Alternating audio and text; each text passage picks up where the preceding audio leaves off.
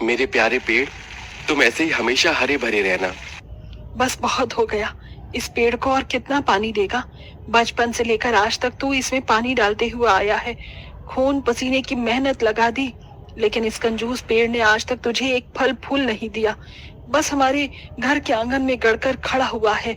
आज तो मैं इसको कटवा ही दूंगी। बहू गर्भवती है, घर में 2 वक्त की रोटी खाना मुश्किल हो गया है, और तेरी जवान बहन भी अभी तक शादी नहीं हुई। क्या चाहता है तू आखिर? बता दे मुझे। कम से कम ये पेड़ फल फूल देता तो कब से तू कमा रहा होता, आज हाथ में कुछ पैसे होते, लेकिन नहीं। माँ परेशान मत होइए, आपकी तबीयत ठीक नहीं है। जानती है ना आपको शुगर की शिकायत है। चलिए आप आराम कीजिए। मुझे कोई आराम नहीं करना, समझा तू? डराती कहाँ है? आज तो मैं इसे काट दूंगी। नहीं माँ नहीं, आप ऐसा नहीं कर सकती। नैतिक रोते रोते पेड़ को बचाने के लिए उससे चिपक जाता है। तभी शोर सुनकर ननंद भाभी बाहर आ जाते हैं। माँ जी, अभी आप ये क्या कर रही हैं? रहने दीजिए ना। हाँ माँ, क्यों बेचारे पेड़ को काट रही हो? इससे तो हमारे घर पर छाया बनी रहती है। कितनी धूप है, लेकिन इससे थोड़ा आराम है।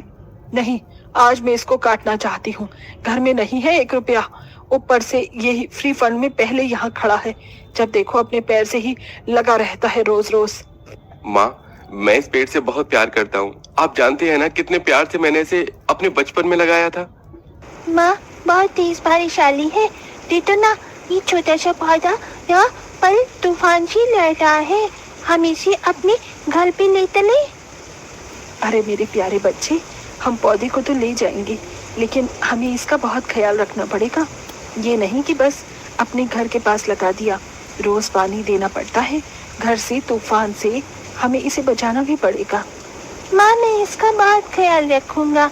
आपसे ये मेरा दोस्त है, मैं बड़ा हो जाऊंगा तब तक इस प्यार करूंगा इसे, ये हमेशा मेरे प्यास रहेगा। ठीक है मेरे बच्चे। नैतिक बारिश में भीगते हुए उस पौधे को अपने हाथ में लिए घर ले आता है और आंगन में लगा देता है, और उसके ऊपर डंडे के सहारे से उसे बारिश से बचाता है।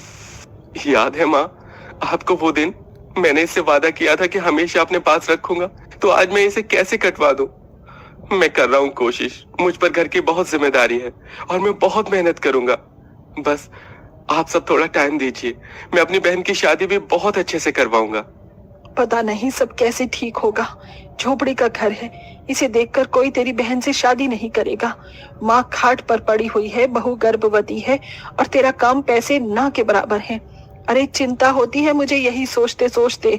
मर जाऊंगी मैं एक दिन। माँ जी, भगवान के लिए ऐसा मत कहिए। आप विश्वास रखिए, सब सही हो जाएगा।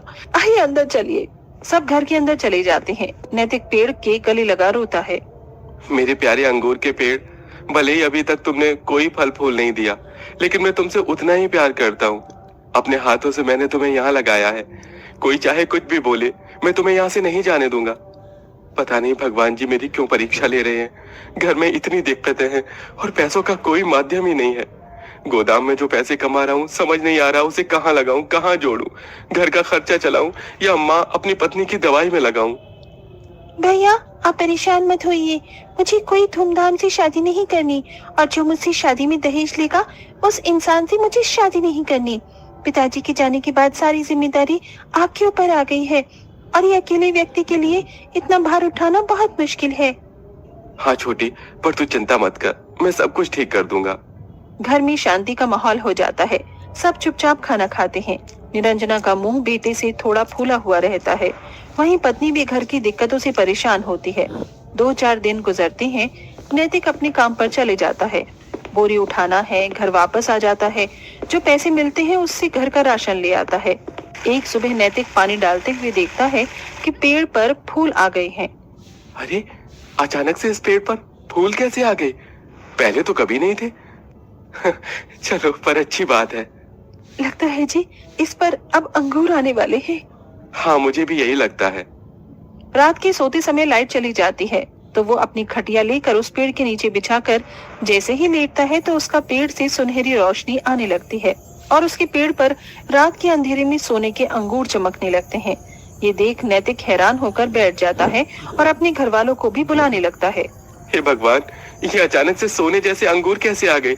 सुबह तक तो फूल थे, कितनी रोशनी हो रही है। तुम हैरान मत हो, बस फर्क इतना है कि तुम मुझसे हमेशा बात करते थे, लेकिन मैंने कभी जवाब नहीं दिया। पर आज मैं तुम्हारे सब्र का फल और जवाब दोनों दूंगा।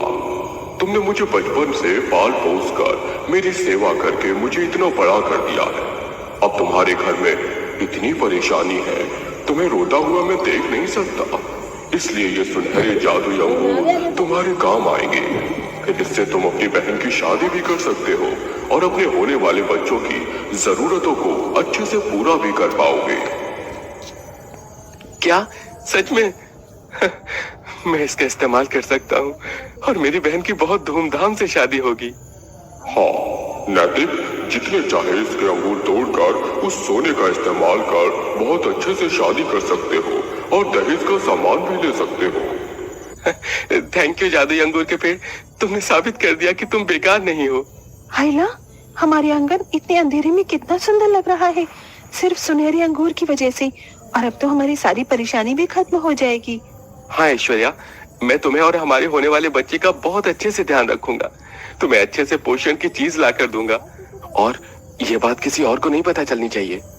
मुझे माफ करना जादुई पेड़, मैं तुम्हें कुछ दिनों पहले बहुत कुछ बोला था, उसके लिए मुझे माफ कर दो। आप तो नैतिक की तरह मेरी माँ है, आपको पूरा होकर मुझे डांटने का माँ। निरंजना की आंखों से आंसू बहते हैं और वो जादुई सुनहरे पेड़ के गले लग जाती है। फिर नैतिक एक सोने के अंगूर के गुच्छे को तोड़कर अगले दिन सुंदर को बेच आता है, जिससे उसे लाखों रुपए मिलते हैं। और अब वो अपनी बहन की शादी के लिए रिश्ते ढूंढने लगता है, जो दूसरी तरफ घर में खाने पीने का भरपूर सामान लाता है, जिससे अपनी पत्नी को और माँ को पोषक तत्व ताकत की चीज देता है। चलिए जल्दी जल्दी आप दोनों ये पालक का साग खाइए, इसमें बहुत सारा घी डाला है मैंने। और उसके बाद ये केसर और बादाम का दूध भी पीना है। और माँ, आपकी गिलास में चीनी नहीं है, इसलिए चुपके से चीनी मत डालना। अरे ठीक है बेटा। तुम्हारी बहन के लिए एक बहुत अच्छा रिश्ता आया है। लड़का मुंबई में रहता है, 50,000 की नौकरी करता है। उसे सीधी सादी घरेलू पत्नी चाहिए। मुझे तो सलोनी बेटी की ही छवि याद आई, इसलिए तुमसे बात करने चला आया। ये रही लड़के की फोटो, नाम इसका गौतम है। सच में? मैं आपको 2 दिन में सबसे बात करके और अपनी बहन से बात करके उत्तर दे देता हूँ।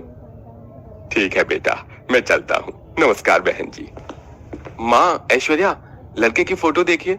मुझे तो ये लड़का बहुत अच्छा लग रहा है, आपका क्या ख्याल है? मुझे भी बहुत अच्छा लग रहा है बेटा। अब तो मैं अपनी बेटी की बहुत धूमधाम से शादी करूंगी।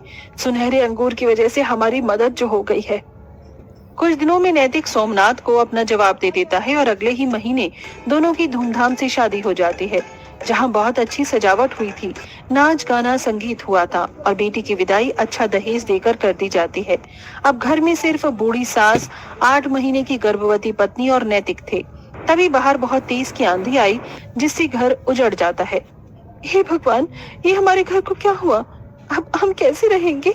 वो तो शुक्र है हम सबकी जान बच गई।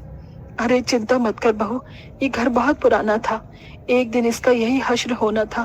बेटा तो दोबारा घर मजबूती से बनवा ले और हमारे आंगन में हमारे प्यारे पेड़ के लिए उतनी ही जगह होनी चाहिए जितनी की पहले थी। ठीक है माँ।